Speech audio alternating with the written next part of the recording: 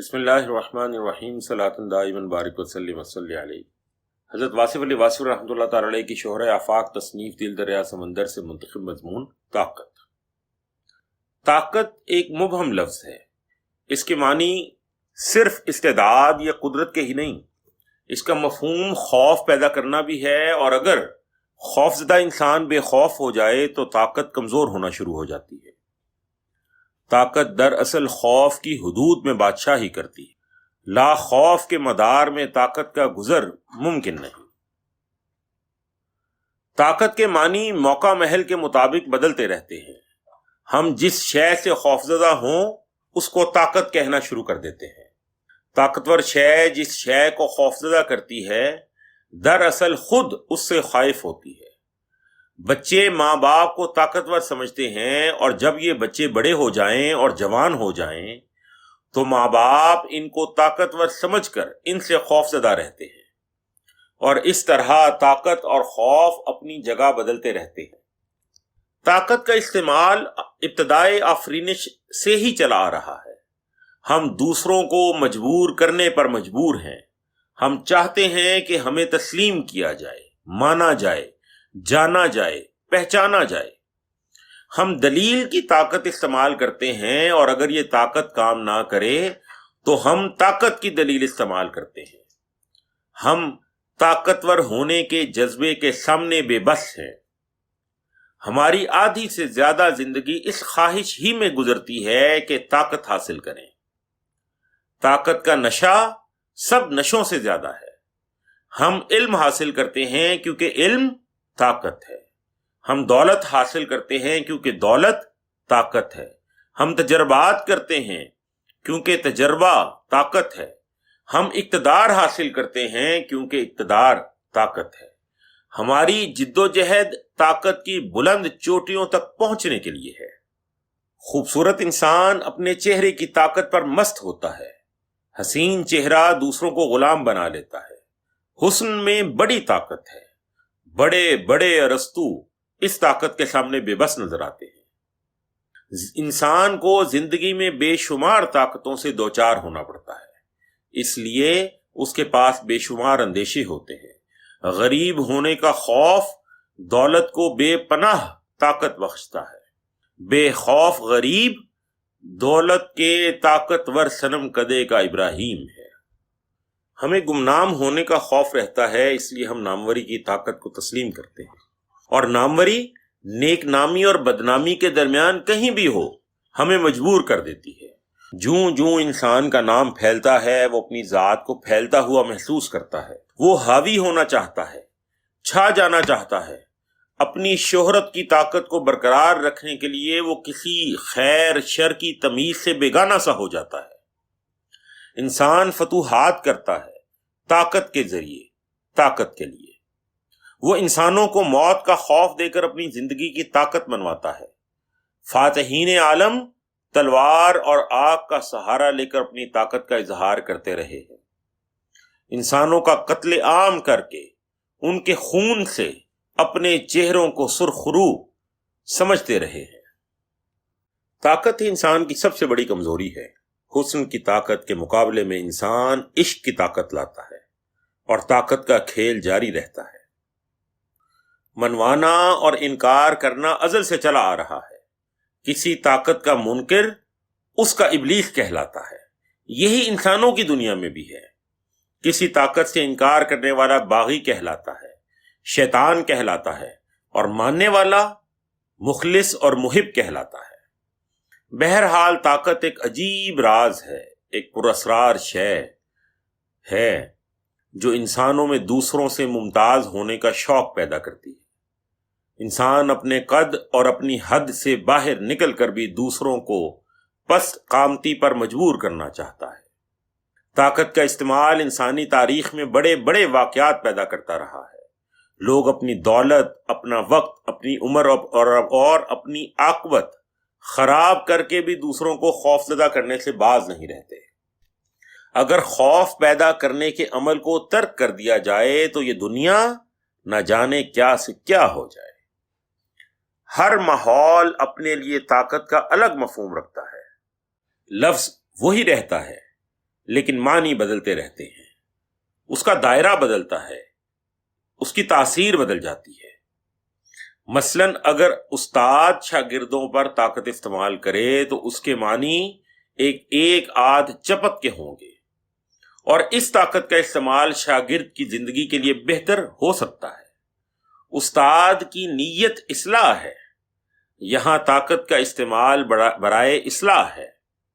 استاد کا خوف طالب علم کو علم کی لگن دے سکتا ہے، اور اگر یہ خوف حد سے بڑھ جائے تو طالب علم میدان چھوڑ کر بھاگ نکلتا ہے۔ طاقت کا استعمال حد سے بڑھ جائے تو اطاعت کی بجائے بغاوت پیدا کر سکتا ہے۔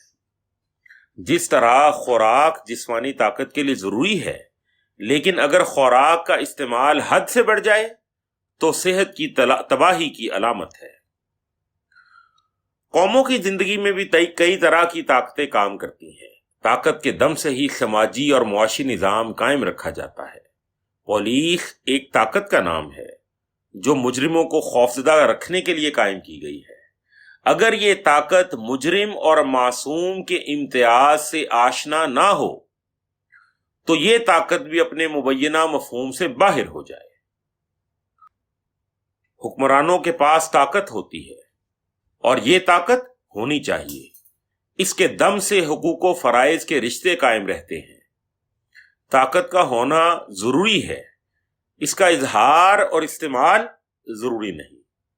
طاقت کا کثرت سے استعمال طاقت کو کمزور کر دیتا ہے۔ والدین کی طاقت کا آخری استعمال یہ ہوتا ہے کہ وہ اپنی اولاد سے کہیں کہ بیٹا ہم آپ کے والدین ہیں۔ ماتحتوں میں مرتبے کی عزت و توقیر کا شعور نہ ہو تو مرتبے کا اظہار بے معنی سا ہو کر رہ جاتا ہے۔ ہر ملک اپنے پاس فوج کی طاقت رکھتا ہے۔ یہ ضروری ہے کہ اس طاقت کے دم سے ہی دشمن خائف رہتے ہیں، اور اس طرح قوموں کی آزادی محفوظ رہتی ہے۔ جنگ کی تیاری امن کے تحفظ کا ایک ذریعہ ہے، لیکن اگر تیاریاں حد سے بڑھ جائیں تو امن کا مفہوم ہی ختم ہو کر رہ جاتا ہے۔ یہ عجیب تضاد ہے کہ آزادی کا خاتمہ بھی طاقت سے ہوتا ہے۔ آزادی کا مطلب خوف سے آزادی ہے۔ آج کی آزاد دنیا عظیم جنگی تیاریوں میں مقید ہے۔ ترقی یافتہ ممالک اپنی طاقت اس حد تک بڑھا چکے ہیں کہ ترقی پذیر اور پسماندہ ممالک کی آزادی کا مفہوم ختم ہو گیا ہے۔ طاقت کے نشے، طاقت کے حصول اور طاقت کے اضافے نے انسان سے آزادی اور آزاد خیالی چھین لی ہے۔ غلامی خوف کا دوسرا نام ہے۔ طاقت جب خوف پیدا کرتی ہے تو آزاد انسان غلام بن کے رہ جاتا ہے۔ بڑی قومیں جب طاقت کے استعمال کی دھمکی دیتی ہیں تو اس کا مفہوم مہذب دنیا کی مکمل تباہی کے قریب ہوتا ہے۔ طاقت کی زبان بولنے والے دنیا کو تباہی کے دہانے کی طرف دھکیل رہے ہیں۔ طاقت کے حصول اور طاقت کے اظہار نے انسان کو غافل کر دیا ہے۔ انسان دوسروں کو موت سے ڈراتے ڈراتے خود موت کے منہ میں جا پہنچتا ہے۔ ہر طاقت کے اوپر ایک طاقت مسلط ہے جو شاید محسوس نہ ہو، لیکن یہ اپنا کام کر رہی ہے۔ ہمارا ہر قدم موت کی طرف ہے۔ سانس کی آری ہستی کے درخت کو مسلسل کاٹ رہی ہے۔ کیا طاقت اور کیا کمزوری! ہم رواں دواں ہیں اپنی آخری منزل کی طرف۔ فاتحین مفتوح ہو جاتے ہیں، طاقتور آخر کمزور ہو جاتے ہیں، خوفزدہ کرنے والے آخر خوفزدہ ہو کر رہتے ہیں۔ انسان اگر محسوس کرے کہ عزت دینے والے نے ہی سب انسان پیدا کیے ہیں اور سب کو زندہ اور آزاد رہنے کا حق ہے تو وہ ضرور اپنے لہجے کو بدل لے۔ طاقت غرور پیدا کرتی ہے اور خوف نفرت پیدا کرتا ہے، اور نفرت حد سے بڑھ جائے تو بغاوت، اور بغاوت طاقت سے ٹکرا کر اسے ختم کر دیتی ہے۔ ہم دیکھتے ہیں کہ اصل حکومت دلوں پر حکومت ہے۔ دلوں پر حکمرانیاں کرنے والوں کی قبریں بھی روشن رہتی ہیں۔ اصل طاقت احترام پیدا کرتی ہے، خوف نہیں۔ شیر ایک طاقتور اور خونخوار درندہ ہے، خوف پیدا کرتا ہے، لیکن شیر کے پاؤں کا کانٹا نکالنے والے انسان کے سامنے شیر بھی سرنگوں ہو جاتا ہے۔ احسان کرنے والوں کی عزت ہے، محبت کرنے والوں کا احترام ہے۔ سب سے بڑی طاقت یہ ہے کہ انسان طاقت حاصل کرنے کی خواہش سے بھی آزاد ہو جائے، فتوحات کرنے کی خواہش کو فتح کر لیا جائے۔ ہم جتنے قلوب خوش کرتے ہیں اتنی نیکی ہے، اور جتنے دل زخمی کرتے ہیں اتنی خامی ہے۔ 4 دن کا میلہ ہے، خوش رہنا چاہیے اور خوش رکھنا چاہیے۔ انسان اللہ کو بہت پیارے ہوتے ہیں، ان سے پیار کرنا چاہیے تاکہ اللہ عزت عطا فرمائے۔ یہ حقیقت ہے، اسے مان لینا ہی بہتر ہے کہ عزت اور قوت اللہ کی طرف سے ہے، اور ان کا تحفظ اس کی مخلوق کی خدمت سے ہی ہو سکتا ہے۔ جو انسان اللہ کے زیادہ قریب ہے وہ مخلوق کے لیے زیادہ رحیم ہے، اور جو انسان یا قوم یا ملک مخلوق میں خوف پیدا کرتا ہے وہ اللہ کے قریب نہیں ہے، اور جو اللہ کے قریب نہیں ہے اس کا مرتبہ حجاب، اس کی طاقت حجاب، اس کی شہرت حجاب، اس کا وجود حجاب۔